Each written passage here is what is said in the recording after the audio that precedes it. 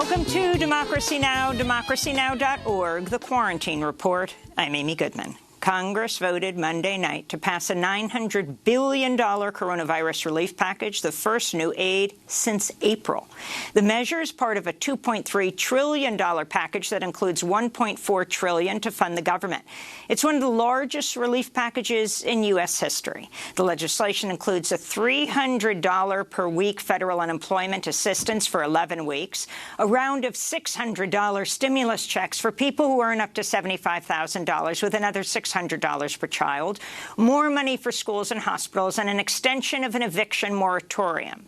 It also includes $284 billion for another round of small business aid through the Paycheck Protection Program and money to purchase and distribute vaccines. We'll have more on the COVID relief bill after headlines. The United States recorded more than 200,000 new coronavirus cases and nearly 2,000 COVID-19 deaths Monday. U.S. hospitalizations hit another world record high, topping 115,000, and 16 states recorded a record number of new deaths. The virus is ravaging hospitals in Southern California and the San Joaquin Valley, where some intensive care units are filled to capacity. This comes as the TSA says it screened more than 1 million passengers per day at U.S. airports over the weekend, the largest travel surge since the pandemic began, as Americans shrugged off the desperate pleas of health officials to halt holiday travel to slow the spread of the virus. On Monday, the first doses of Moderna's newly approved COVID-19 vaccine arrived at medical centers around the U.S. One of the first to receive the vaccine was 44-year-old Arlene Ramirez, a nurse from Queens, New York, who became ill with COVID-19 in March and lost her father to the disease.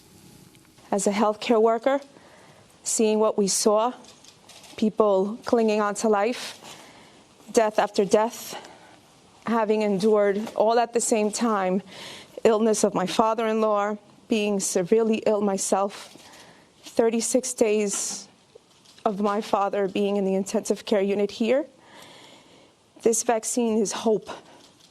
It's hope that we will cease this pandemic. It's hope that we will live a better life. President-elect Joe Biden received an injection of Pfizer's COVID-19 vaccine in a televised event Monday, urging Americans to line up for their shots when the vaccine becomes available to them. Meanwhile, the Vatican has told Catholics around the world it's morally acceptable to receive COVID-19 vaccines that were developed using cell lines from aborted fetuses. South Carolina Congressmember James Clyburn has ordered Health and Human Services Secretary Alex Azar and CDC Director Robert Redfield to turn over documents to Congress by December 30th. Clyburn says an investigation by the Select Subcommittee on the coronavirus crisis found White House political interference hindered the U.S. response to the COVID-19 pandemic far more extensively than previously known. The United Kingdom has become increasingly cut off from the outside world since Prime Minister Boris Johnson said a new variant of coronavirus sweeping his country was 70% more contagious. More than 40 countries have temporarily suspended some or all travel from the UK, and British grocery stores are warning of food shortages as delivery trucks pile up on the French side of the Channel Tunnel separating Britain from the European continent. Some observers have compared the crisis to what the UK may face if a no-deal Brexit is allowed to proceed after the new year. Researchers say it's not clear whether the new coronavirus variant is in fact more contagious and that it may have been detected because of Britain's extensive monitoring system. We'll have more on this later in the broadcast.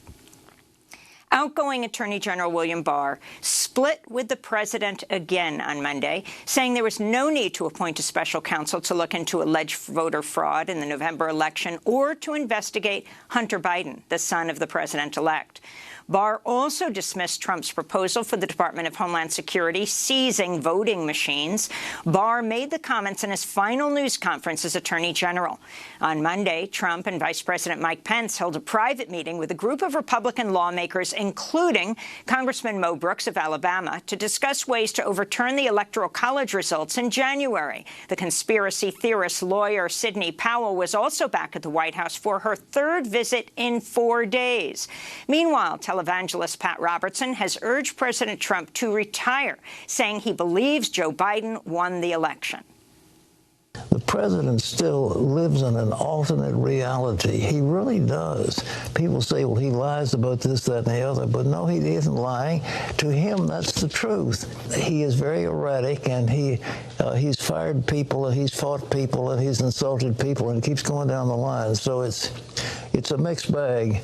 And I think it would be well to say, you've had your day, and it's time to move on. Robertson represents millions of evangelicals around the country, some of the strongest of the base of President Trump.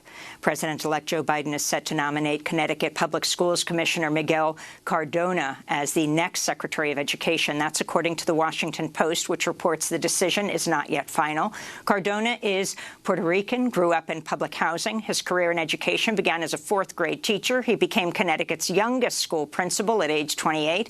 During the pandemic, Cardona has advocated for the reopening of schools, although only about one-third of Connecticut's public school students are currently able to attend in-person classes. He's pushed for using federal aid to buy personal protective equipment for teachers and classrooms. His administration has also allocated federal funds to purchase laptops and internet access for students who remain at home. In immigration news, an undocumented couple from Jamaica has moved out of a Philadelphia church after living there in sanctuary for over 2 years to avoid deportation. Oneida and Clinton Thompson walked out of the church Monday morning as community supporters cheered them on with applause and the sound of bells and whistles as they celebrated news the federal government has killed their deportation order. The couple has 7 children, 3 of whom are U.S. citizens. The Thompsons fled Jamaica 15 years ago after a gang burned down their farm and threatened to kill them. The family is now allowed to seek permanent residency in the United States. In New Jersey, protests outside Bergen County Jail continue, demanding the release of immigrant prisoners during the pandemic. This is one of the prisoners speaking through the phone to a crowd of protesters Sunday. We all want to go home to our families.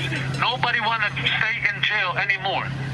We are not inmates or prisoners. We are detainees. We want to go home. Everybody want to go home.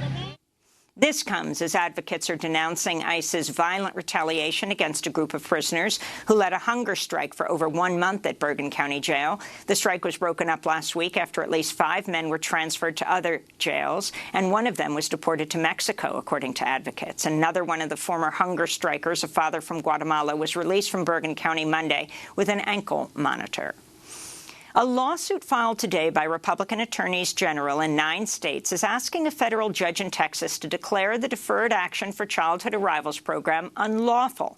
The lawsuit comes just 2 weeks after another federal court ordered the Trump administration to fully and immediately restore the program known as DACA in its original form. Since it was passed in 2012, DACA's granted protection from deportation and a work permit to at least 700,000 undocumented people who were brought to the United States as children.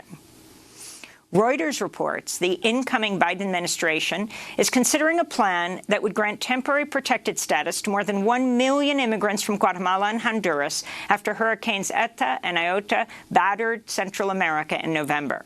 A decision is expected after Biden's inauguration on January 20th.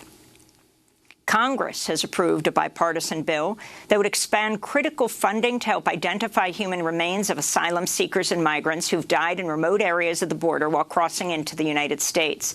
The legislation also asks for additional 911 rescue beacons to be deployed in border regions where people often go missing.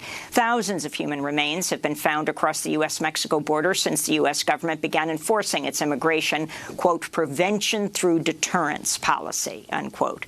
The practice pushed asylum seekers and migrants to cross through remote and deadly routes. To see our coverage of that area, go to democracynow.org.